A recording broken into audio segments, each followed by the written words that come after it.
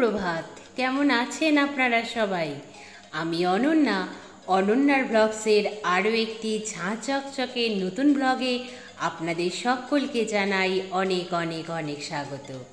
আশা করছি আপনারা সকলে খুব ভালো আছেন, সুস্থ আছেন, নিরাপদে আছেন। আজ দিনটি শনিবার, সকাল এখন 8টা মতো বাজে। আপনাদেরকে সাথে নিয়ে ঠিক এখন থেকেই আজকের ব্লগটি আমি শুরু করছি। আজ সকালে উঠে বাসি কাজগুলো সেরে ব্রাশ করে ফ্রেশ হয়ে নিয়েছি। তারপরেই প্রতিদিনের মতো চলে গিয়েছিলাম ছাদে।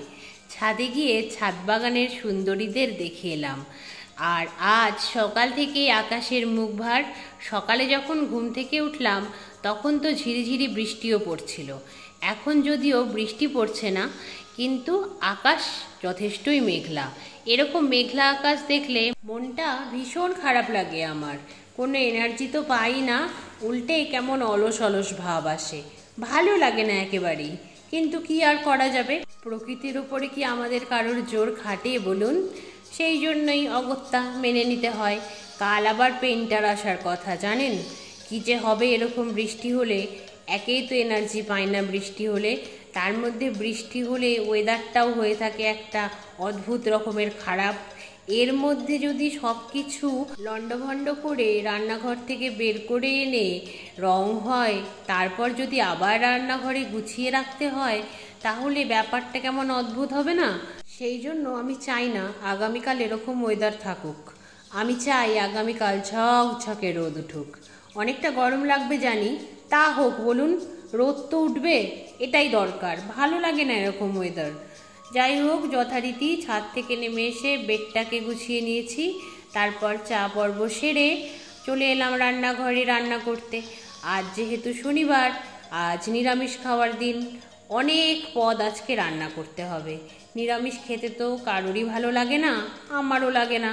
সেই জন্যই অনেক রকম পদ রান্না করে নিজেকে সান্ত্বনা দিই যে এই সবজিটা এরকম, হয়তো অন্য সবজিটা ভালো লাগবে, কিন্তু আমিষ রান্নার স্বাদ যদি নিরামিষ রান্নায় পাওয়াই যেত, তাহলে হয়তো আমরা আমিষভোজীরা নিরামিষভোজী হয়ে যেতে পারতাম অতি সহজেই। যখন বয়স হবে, মন চাইবে না, তখন না হয় নিরামিষ খাবো। এখন মন চাইছে সপ্তাহের 2 দিন ছাড়া বাদ বাকি দিন বাপু আমিষই খাবো আমি।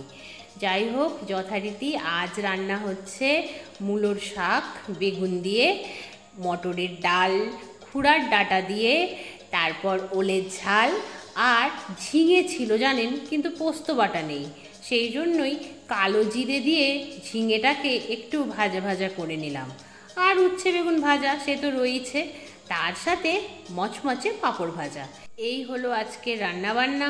রান্নাবান্না কমপ্লিট হয়ে যাওয়ার পরে জামা কাপড়গুলো ছাদে মেলে দিয়ে এসেছি। যদিও আকাশের মুখ ভার, তবুও বৃষ্টি তো হচ্ছে না বলুন, সেই জন্যই মেলে দিয়ে আসা। আজ আবার কি খেয়াল মাথায় চেপেছে জানি না, স্নান না করেই লাঞ্চ করে নিয়েছি। তারপরে আকাশটা মেঘলা দেখলাম, তাই তড়িঘড়ি করে ছাদে গিয়ে জামা কাপড়গুলো তুলে যথারীতি স্নান সেরে এলাম। স্নান সেরে এসে দেখছি বৃষ্টিপাত আরম্ভ হয়ে গেছে। কিছুক্ষণের মধ্যে বৃষ্টিপাত যদিও বন্ধও হয়ে গেল। তারপরে সন্ধে হতেই চলে এলাম বাজারে। কিছু জিনিস একেবারেই বাড়ন্ত হয়ে গিয়েছিল, সোমবার অবধি হয়তো চলতো। সেই জন্যই ভাবলাম একেবারে ফিনিশ হওয়ার থেকে আগেই নিয়ে যাই, তাই চলে এসেছিলাম।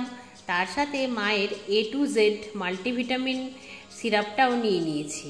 তারপর বাড়ি ফেরার পথে ভেজ দোকান থেকে ভেজ চাউমিন আর এদিকে কচুরি আর ভেজিটেবল চপ কিনে নিয়ে এখন বাড়ির পথে যেতে গিয়ে দেখলাম এই সুবিশাল পতাকাটিকে। এটি বালুরঘাটের ট্যাঙ্ক মোড়ে রয়েছে, যদিও আমার দেখার সৌভাগ্য আজকেই হলো। আর বাড়ির পুজোর জন্য কত লোকের ভিড়। বাড়িতে এসে খাওয়া দাওয়া সারলাম।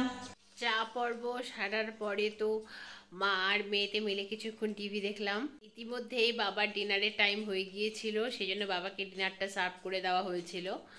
তারপরে আমার পেটের অবস্থা এতটাই খারাপ ছিল, বলতে আমার পেট এতটাই ভর্তি ছিল যে আমার আর ডিনার করার প্রয়োজন হয়নি। মা যেহেতু বেশি চাউমিন খায়নি, তাই মা ডিনার করেছে। মায়ের সঙ্গে আমি এই 2 বার মতো খেয়েছি, মা খাইয়ে দিয়েছে। অনেক দিন পর মায়ের হাত থেকে খেলাম, খুব ভালো লাগলো। যথারীতি ডিনার পর্ব কমপ্লিট হয়ে যাওয়ার পরে রান্নাঘরে যা কাজ থাকে সেগুলো সব কমপ্লিট করে ঘরে এলাম। ঘরে এসে ব্লগটাকেও এডিট করে নিয়েছি, তারপরে বেডটাকেও রেডি করে নিলাম।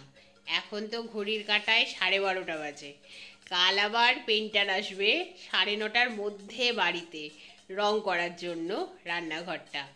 তো কালকে তো তাড়াতাড়ি উঠতেই হবে, নয়তো রান্না বান্না কমপ্লিট হবে কি করে? পেইন্টার আসার আগে রান্নাঘরেই তো তার রাজত্ব চলবে, তাই না?